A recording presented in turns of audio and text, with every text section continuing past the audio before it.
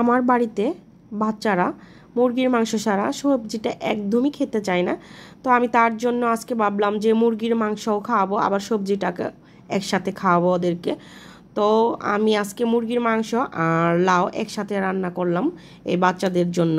কারণ সব সময় দেখি যে মুরগির মাংস দিয়ে খায়, আর সবজি যদি রান্না করি ওইটা ওরা কোনোভাবেই প্লেটে নিবে না। তো তার জন্যই আজকে এইভাবে রান্না করা। আর এইভাবে রান্না করলে কিন্তু মুরগির মাংস দিয়ে লাউ খেতে ভীষণ মজা হয়। যাদের বাচ্চারা সবজি খেতে চায় না তারা কিন্তু এইরকম মুরগির মাংস দিয়ে লাউ রান্না করে বাচ্চাদেরকে খাওয়াতে পারবেন। তো আমি লাউ রান্না করার জন্য চুলাতে একটা প্যান বসে দিয়েছি, দিয়ে দিয়েছি পরিমাণ মতো সাদা তেল। এখন দিয়ে দিব 1 কাপ পরিমাণে পেঁয়াজ কুচি। পেঁয়াজ কুচিটা দেওয়ার পর আমি ভেজে নিচ্ছি। পেঁয়াজ কুচিটা আমি হালকা লালচে করে ভেজে নেব, খুব বেশি লাল করে ভাজার দরকার নেই। তো হালকা একটু লাল হয়ে আসলে এখানে দিয়ে দিব আদা বাটা, রসুন বাটা আর কাঁচামরিচ বাটা।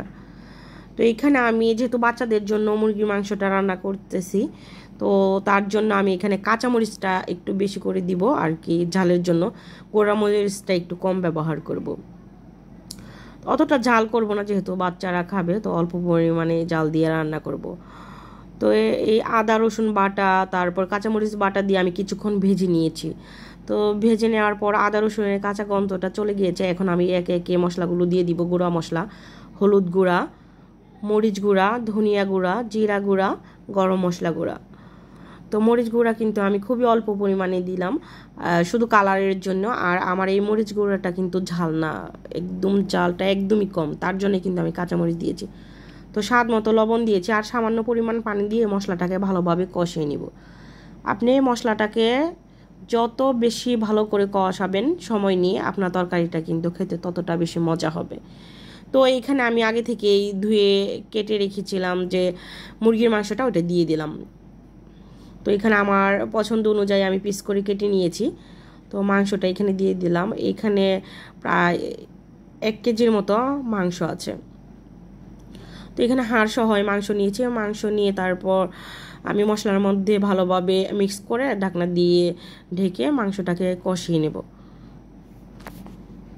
তো চুলার আঁচটাকে কিন্তু আমি মিডিয়ামে রেখেছি, হাই ফ্লেমে রাখিনি। মাংস থেকে যেই পানিটা বের হবে ওইটা দিয়ে আস্তে আস্তে আমি এই মাংসটাকে সেদ্ধ করে নিব। যেহেতু ফার্মের মুরগি, সেদ্ধ হতে এত টাইম লাগে না। তো এই পর্যায়ে কিন্তু মাংস থেকে অনেকটাই পানি বেরিয়ে গিয়েছে। তো এখন আমি এর মধ্যে দিয়ে দিব বুটের ডাল। এই বুটের ডালটাকে আমি কিন্তু 4 ঘন্টা আগে পানিতে ভিজিয়ে রেখেছিলাম। তো তারপর ভিজিয়ে রাখার পর আমি পরিষ্কার করে ধুয়ে পানিটাকে ঝরিয়ে এর মধ্যে দিয়ে দিলাম। এখানে আমি অনেকটা পরিমাণ পানিও দিয়ে দিলাম, কারণ বুটের ডালটা কিন্তু সেদ্ধ হতে টাইম লাগবে। পানি না দিলে কিন্তু বুটের ডালটা সেদ্ধ হবে না। তো নেড়ে চেড়ে তারপর আবার ঢাকনা দিয়ে দিব। তো আপনারা যখন মুরগির মাংস দিয়ে এরকম লাউ রান্না করবেন, তখন কিন্তু চেষ্টা করবেন যে বুটের ডাল দিয়ে রান্না করার জন্য। বুটের ডালটা দিলে লাউয়ের তরকারির টেস্টটা অনেক গুণে বেড়ে যায়। এটা আপনি গরুর মাংস দিয়েই রান্না করেন বা মুরগির মাংস দিয়েই রান্না করেন না কেন। তো এই পর্যায়ে কিন্তু আমার বুটের ডালটা অনেকটাই সেদ্ধ হয়ে এসেছে, আমি চেক করে নিয়েছি। এখন আমি লাউটাকেও দিয়ে দিব। তো লাউটা যখন সেদ্ধ হবে সাথে সাথে কিন্তু বুটের ডালটা পুরোপুরি সেদ্ধ হয়ে যাবে। তো আমি চাচ্ছি যে এটা বুটের ডালটা যেন একদম ভর্তা হয়ে না যায়, মানে আস্ত আস্ত থাকবে, কিন্তু ভিতরে ধরলে নরম সেদ্ধ হয়ে যাবে, এরকম আর কি অবস্থা থাকবে। তো লাউটাকে দিয়ে নেড়ে চেড়ে মিক্স করে ঢাকনা দিয়ে ঢেকে তারপর রান্না করে নিব। তো মাঝে মাঝে একটু পরপর নেড়ে দিতে হবে, তা না হলে কিন্তু বুটের ডালটা নিচে লেগে যেতে পারে। তো এই তো আমার লাউ দিয়ে কিন্তু মুরগির মাংসটা কষানো হয়ে গেছে। তো আমি এই পর্যায়ে অল্প করে একটু ঝোল দিয়ে দিব। তো ঝোল দিয়ে তারপর ঢাকনা দিয়ে ঢেকে তারপর আবার রান্না করব।